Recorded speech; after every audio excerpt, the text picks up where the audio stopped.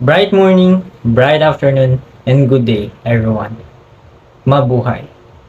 We are Group 3, and this is our presentation for our ethics subject. But before we delve in, let's have a free time activity, and it's called Word Scramble. There are 5 scramble words, and now what you're going to do is to assemble the words to find the correct answer. And I'll give you minutes to answer. Let's start. Okay, everyone, are you all done? Now, let's check your work. Number 1, universal values. Number 2, indigenous people. In 3, Ifugao. Number 4, morals. And last number, Muslim. Who got a perfect score? Okay, I think everyone got a perfect score because our activity is super easy. Now, let's move on to our discussion. And now, our assigned topics is all about first, universal values. Second, the values and moral concepts of some leading indigenous people in the Philippines. And third, Muslims and Moors in the southern Philippines. And the objective of our topic is to examine and describe the social, cultural, and spiritual values of various indigenous groups in the Philippines, including the Ifugao, the Negritos, and the Muslims, specifically the Moro and Muslim Mindanao communities. And also to compare this with the concept of universal values. And now let's move on to our discussion. By the way, I am Jason Marikit, and I'll be discussing the universal values. As you can see, there are 10 universal values, but I know that there are some more. So, first, contentment, love, peace, devotion, truth, services, wisdom, then coexistence, integrity, and justice. So what is universal values? So, universal values is a moral characteristics inherent in human beings. Then it is formed by implied behavioral standards. And then, it is necessary for living in a harmonious and peaceful society. So this means universal values are natural moral traits that guide how people treat each other, and they help us live peacefully and harmoniously in society. And so, would you all believe that universal values exist? For cultural relativism denies universality of values. For universalist view, values persist across cultures and times. Some people believe that universal values don't exist because values depend on culture. That is, cultural relativism. Then others believe certain values are shared across all cultures and times. That is universalist view.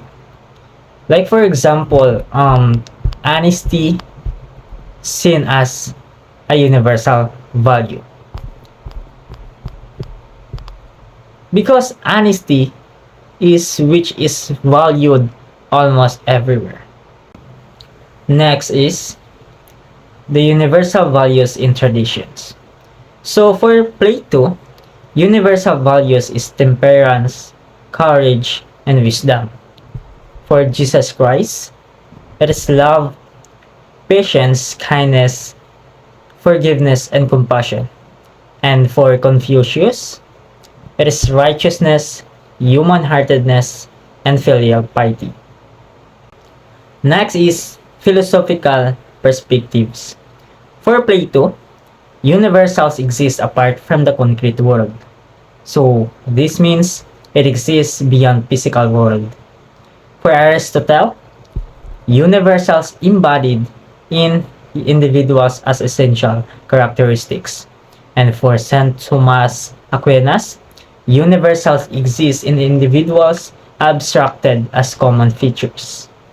And here are the examples of universal characteristic of humans.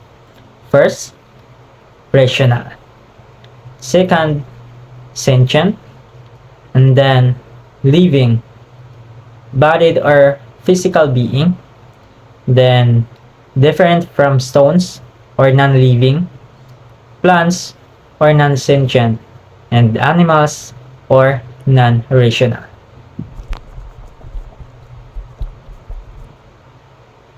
Like for example, a human person differs from a stone because one is alive, and one differs from living things like plants because a human is sentient, and differs from sentient things like animals because an individual is rational. Now let's move on to nature of universals. First, it exists in the mind as ideas. Second, immaterial and immutable. And third, beyond space and time or transcendent. And the last one is called logical structures or Van Fersen underlying the material world. So universals are abstract ideas that exist in the mind. They don't change. It is beyond space and time and act as the underlying logical structures of the world. And now I'm done with my discussions. For now, I'll give this moment to Miss Divine Grace Gabas to continue our presentations. Bright afternoon, everyone. My name is Divine, and I will be discussing to you today the roles of values and the two moral principles. So, values play a central role in guiding human behavior and keeping society in harmony. Excuse me. Universal values like honesty and respect for human life are essential because they protect human dignity and build trust among people. From Kant's perspective, these values can be willed as universal, meaning they make sense for everyone, since no rational person would want a world where lying, killing, and stealing is accepted. This brings us to the two fundamental moral principles, the do no harm principle and the do good principle. The do no harm principle focuses on avoiding actions that cause suffering or destruction.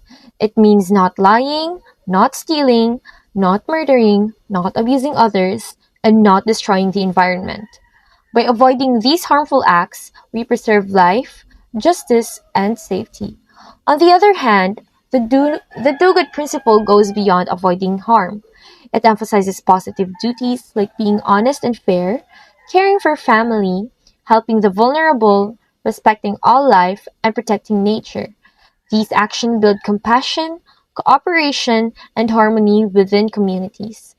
In short, the do no harm principle protects people from evil, while the do good principle actively promotes love and well being. Together, they reflect universal moral values that can apply to all people across cultures. Thank you.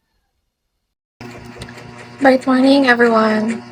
I am Anne-Maria Slataza, and my topic is the Ifugao. So the Ifugao are an indigenous group found in the Cordillera region of northern Luzon, particularly in the province that now bears their name, Ifugao.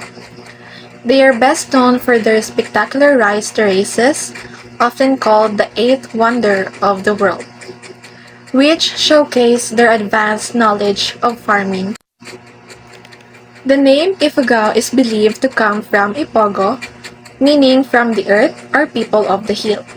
This reflects their deep connection to the land in the mountains they inhabit. The Banawi rice terraces, carved into the mountain sides more than 2,000 years ago, stand as a testament to their hard work and harmonious relationship with nature. Historically, the Ifugao resisted colonization, They successfully defended their land and culture against Spanish attempts to conquer them, and later against American influence. Their strong sense of identity and independence allowed them to preserve much of their heritage. Traditions play a central role in Ifugao life.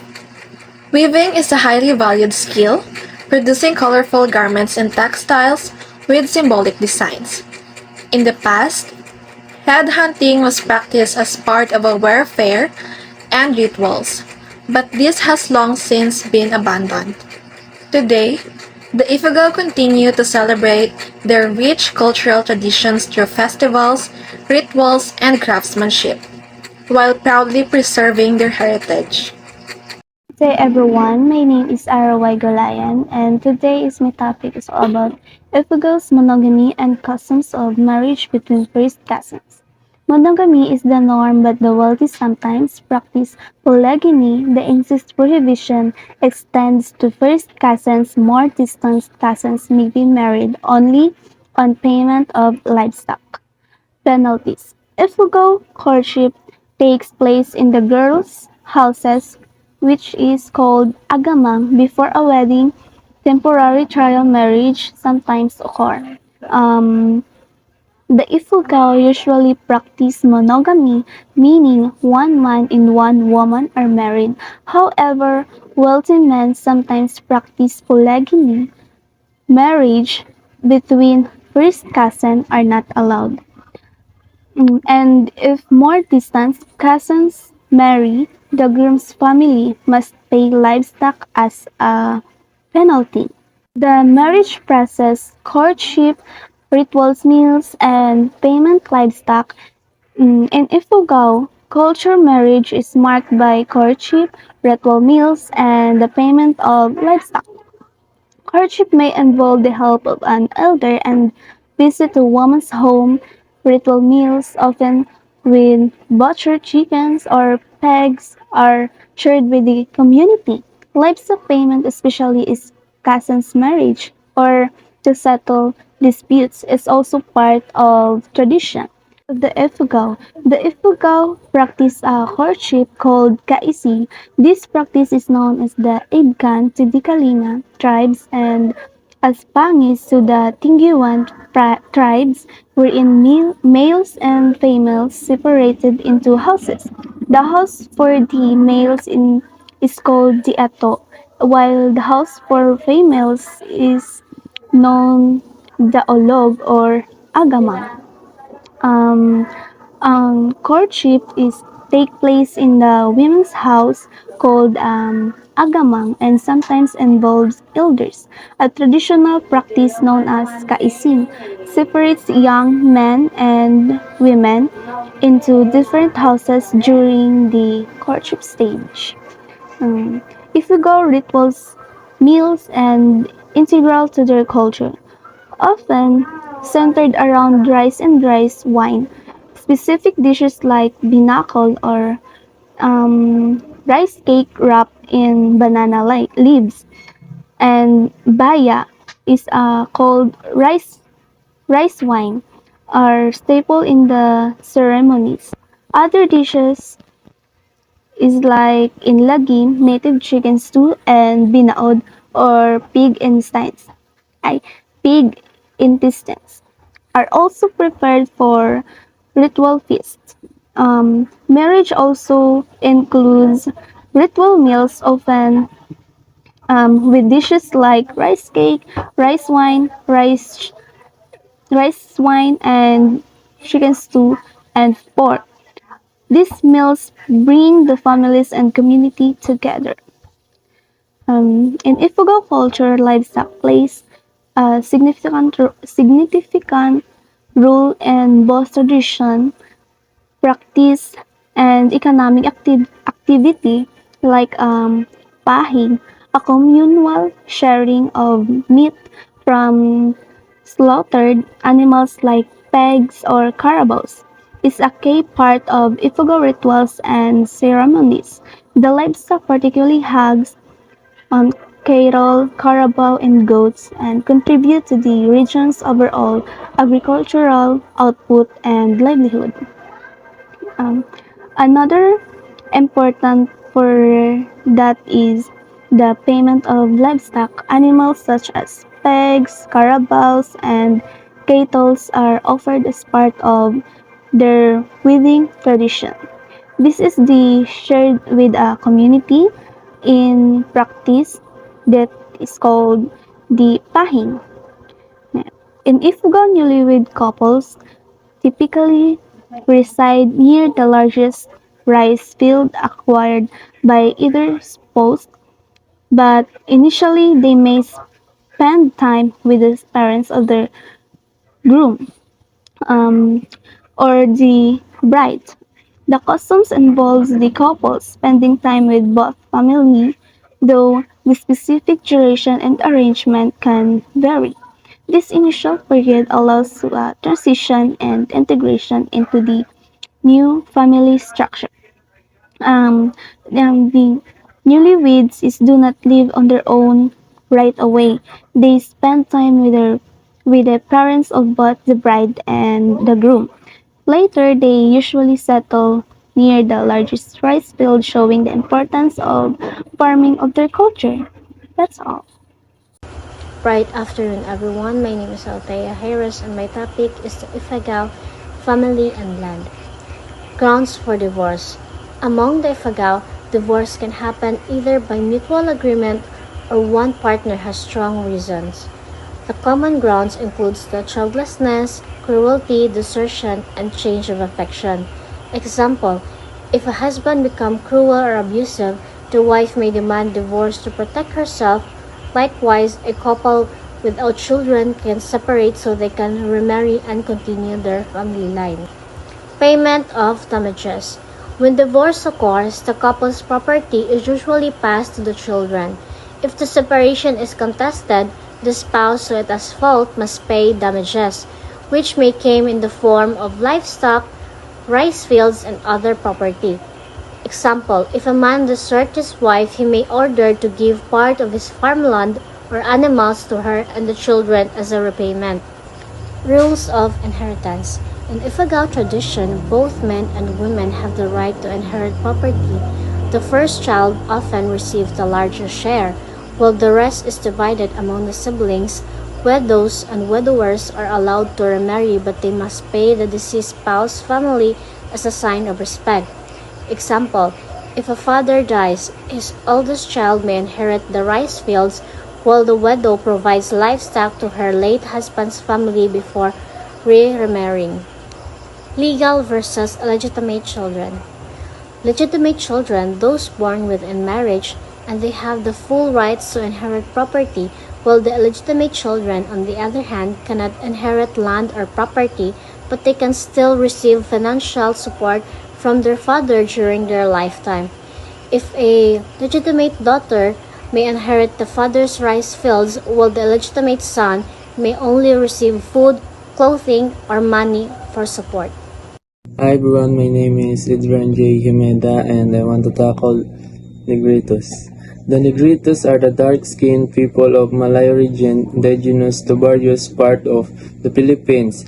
They can be found in several regions including Luzon, Panay, Cebu, Mindanao. The Negritos comprise several distinct tribes in each with their own culture and tradition. Some of notable tribes include Aita, Batak, Mamanwa. History of origin. The Negritos are believed to one of earliest human inhabitant of the Philippines, with a history dating back around 1,000 years. Tribes in culture. The Negritos comprise several distinguished tribes, each with their own unique culture and tradition. Some of the native tribes include Aita. The Aita are the one of largest Negritos group found in mountain regions of Luzon. They are skilled hunter and gatherer. Batak. The Batak is Negritos found in Palawan. They are skilled fishermen. Mamanwa. The Mamanwa are Negritos tribe found in Mindanao. They They are skilled hunter and gatherer. Social culture. The Negritos have traditional and their small nomadic of semi-nomadic group, often led by headman. Conclusion. The Negritos are the unique and important part of Philippines' cultural heritage. Despite facing numerous challenges, they continue to preserve their distinct identities and cultural tradition. I am Hingel Ihosol, exploring the unique cultural practices of Negritos. Superstition and tradition in naming. Names often based on natural phenomena, animals, or birth events reflecting their close connection to nature. For example, a child born during a storm might be named Thunder. There is a strong belief that a name influences a person's fate and character, and the well-chosen name can bring good fortune. The naming process is taken seriously, as it is believed to shape the individual's life path. So sa ila daw pamahiin kag tradition of naming, ang ila pangalan gabay sa natural phenomena. Like sa example na if ang bata na born siya during gabagyo, so ipangalan sa is Thunder. Kag amo ang ilang ginapatihan nga ang ngalan maimpluwensya sa fate kag behavior sa isa ka tawo. Kag kung nami ang pagpili sa ngalan can bring good fortune or makabring siya maayo na palad or ga-create dalan sang life sang isa ka individual. Naming based on personality traits. Children are sometimes named according to their prominent personality traits or abilities observed by the community. Examples could include names meaning agile, brave, strong, or kind, which serve as form of social recognition and encouragement. This naming practice reflects the community's emphasis on individual characteristics and their value within the group. So ang mga bata ginangalanan man based sa ila kilala nga kinaiya or ability nga makita sang komunidad, like amo to sa example mga meaning sang name like agile, brave, strong, or kind nga amo nang ga-serve as form sang pagkilala kag encouragement sang society. Consequences of name change. Changing one's name is considered a highly risky act and is believed to bring bad luck, illness, or even death to individual or their family. This superstition underscores the immense importance of initial name choice and its deep cultural significance. The name is seen as an integral part of one's identity and spiritual well-being, and altering it is viewed as disrupting a cosmic balance.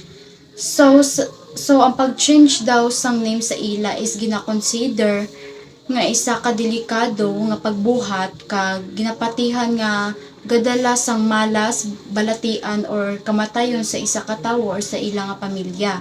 So ini nga pamahiin nila nagapakita sang dako nga importansya sang original nga pangalan kag value sini sa ila culture. Ang pangalan is gina-consider na part sang identity kag spiritual well-being, kag ang pag-investigate sini ginaview as disrupting the balance of the world. Marriage customs. Marriages among the Negritos are often arranged by an older male relative known as the Pan. The Pan plays a crucial role in negotiating with the family of the potential partner, acting as a liaison between the two families. The arrangement considers factors such as the compatibility of the couple, their family backgrounds, and social standing to ensure a stable and beneficial union for both sides. So, ang marriages sa Negrito kisa gina-reserve sa isa ka relative na magulang nga lalaki nga ginatawag nga Pan. The Pan plays role in negotiating sa pamilya sang mangin asawa kag nagaak as a bridge between sang duwa ka family. Role of the Pan. The Pan act as a key mediator, resolving potential conflict and ensuring that the marriage terms are fair and agreeable to both families. They are responsible for overseeing the preparation and execution of the wedding ceremonies, guiding the couple and their families through the traditional rituals. Their ultimate goal is to ensure a harmonious and successful union that strengthens the social fabric of the community. So, ang pandaw ga-aksa as a key mediator or isa ka tawo nga wala may ginadapig biskan sino. Nagabulig siya sa two or more people or groups para masolusyonan ang bisan ano nga problema kag to ensure nga ang agreement sa kasal is fair kag magustuhan sa both sides ng family. Sila ang may responsibilidad to handle sa pag-prepare kag mag-execute sang wedding ceremony. Good day everyone, I am Jacqueline Bentorliso and today I'm gonna be presenting the Negritos, Bride Price and Family Roles. First, I'm going to discuss the freedom of Negrito girl and the bride price in Negrito culture. A daughter is considered as an asset of great value. She is given the freedom to choose her own husband, but marriage does not take place until the bride price is settled. Parents often accept compensation and sometimes a woman is given to the highest bidder. So, freedom of Negrito girl and the bride price. Sa kultura sang Negrito, ang isa babayi ginakabig sa isang asset or great value sa pamilya. Mayroon siya freedom nga magpili sang iya kabana. Pero hindi gid matabo ang kasal kung wala nabayaran ang bride price. Ang bride price amo na ang bayad o kontanda sang respeto sa pamilya sang babayi. This shows kung daw ano ka-importante ang bride price sa ila tradition.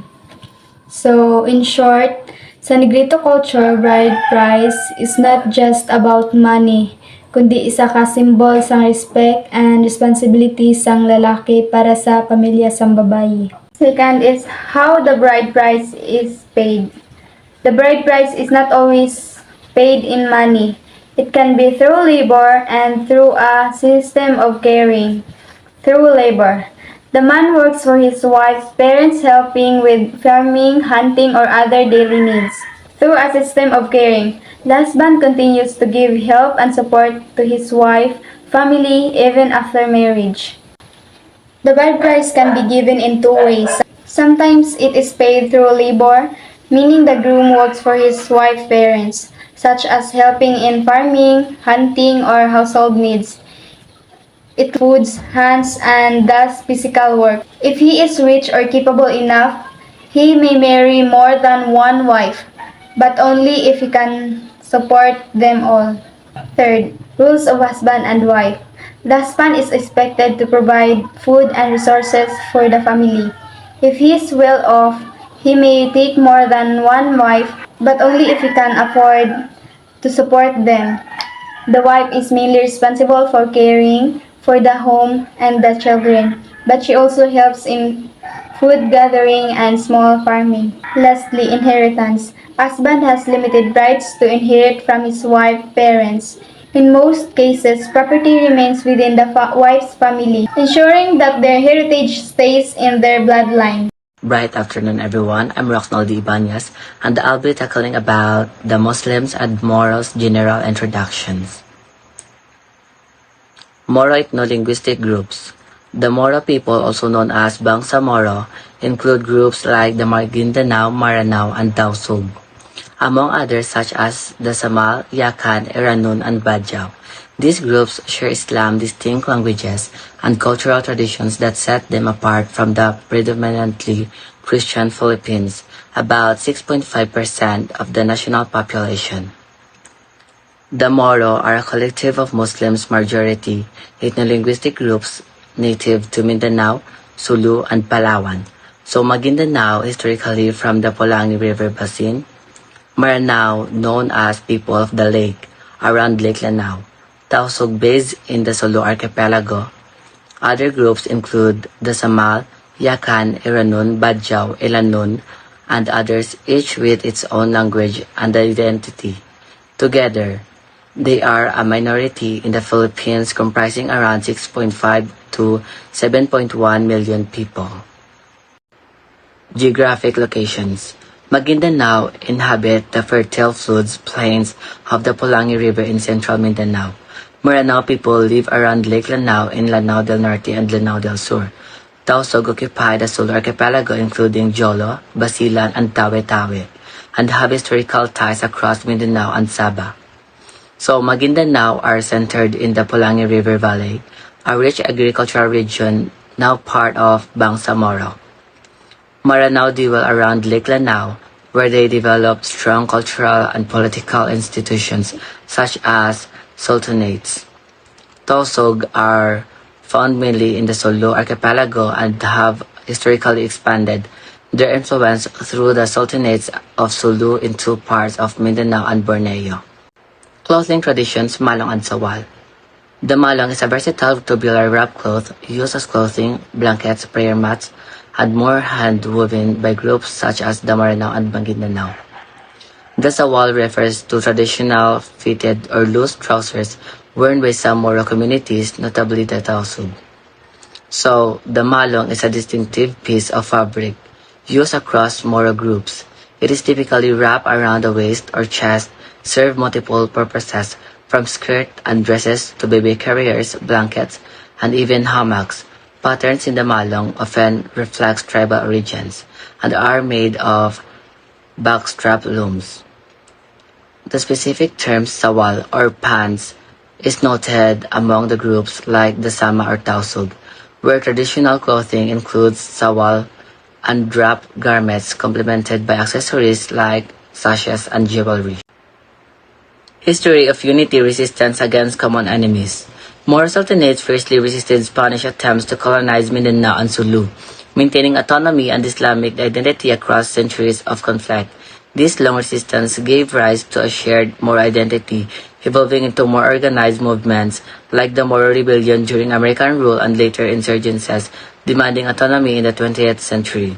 So the Moro faced Spanish incursion from the 16th century onward, unlike the North Spanish rule never fully took hold in their strongholds, such as the Sultanates of Sulu, Maguindanao, and Lanao, thanks to strong political system and Islamic faith.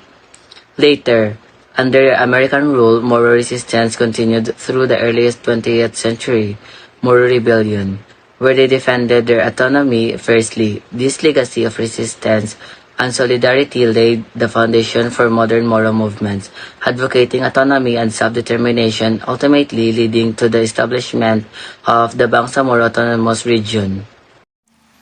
Bright evening, everyone. I am Terence A. Lim, and my topic for today is the Muslims and Moros, social structure and feud. So the first point of my topic is the social structure centered on a sultan or dato.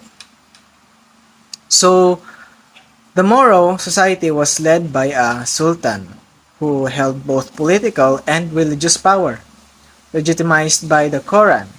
Supporting him were the datos, local chiefs whose influence came from their followers' loyalty, not land ownership. The second is Dato's role as a powerful figure who provides aid and advocacy.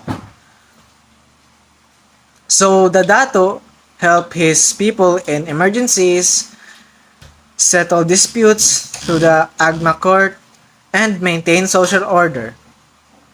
He held power through wives, slaves, and followers, and defended his honor through maratabat or revenge for insults and losses. The third is the concept of Rido, or the blood feuds and their prevalence in Muslim Mindanao. So, Rido refers to violent feuds between families or clans, driven by revenge and honor. These blood feuds are still common in Muslim Mindanao. And the last point of my topic is the number of feuds and the role of the government in mediating them. So, since 1930s, there have been over 1,200 clan feuds, causing 5,500 plus deaths and mass displacement. These conflicts are usually about land, power, or influence, instead of punishment.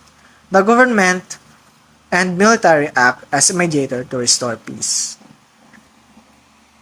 I am April culture, I'm Cesario, and my topic is about the Muslim and Moros modern issues and extremism. So let's talk about the historical background. So the question is, who are the Moros? The term Moro refers to the Muslim population in the southern Philippines, primarily in Mindanao, Sulu, and Palawan, originally used by Spanish colonizers deriving from Moors of North Africa. So colonial legacy. Number 1, marginalization and land dispossession, and also military suppression during colonial and post-colonial times has laid the groundwork of future unrest. Number 2, the Moro resistance to Spanish, American, and later Filipino central government control has shaped a long history of conflict. Let's talk about the historical division among Muslims. Number 1, language and ethnicity. Different Muslim groups like the Usog, Maranao, and Maguindanao speak different languages and have unique cultures, which sometimes leads to misunderstandings and lack of unity. Let's talk about the roots of extremism. Number 1, literacy and misinformation. Lack of education. Lack of education can make people more vulnerable to false teachings or radical ideas. Number 2, poverty and isolation. Extremist groups. Extremist groups often target poor, neglected communities by offering money, food, or a sense of belongings. And lastly, number 3, radical influence. Some groups misuse religion to justify violence and attract followers who feel hopeless or ignored by society. And lastly, let's talk about the role of educated Muslims. Number 1, staying in the middle. Educated individuals avoid extreme and promote balance. Number 2, promoting peace and reform. Many educated Muslims work in schools, communities, and government to build peace and push for justice. And lastly, number 3, critical thinking. Education teaches people to question harmful ideologies and seek solutions through dialogue, not violence. To conclude, our presentation shows that while universal values like justice and peace exist, indigenous Filipino groups such as the Ifugao, Negritos, and Muslims maintain unique cultural and social values that are central to their way of life. The Ifugao rely on community-based laws. The Negritos prioritize social harmony through tradition, and Muslims have their own systems of governance and conflict resolution. Ultimately, our presentation show how these communities, despite facing modern pressures, continue to uphold distinct traditions that shape their identity and social order. And now we are done with our discussion. Thank you and good day, everyone. Mabuhay!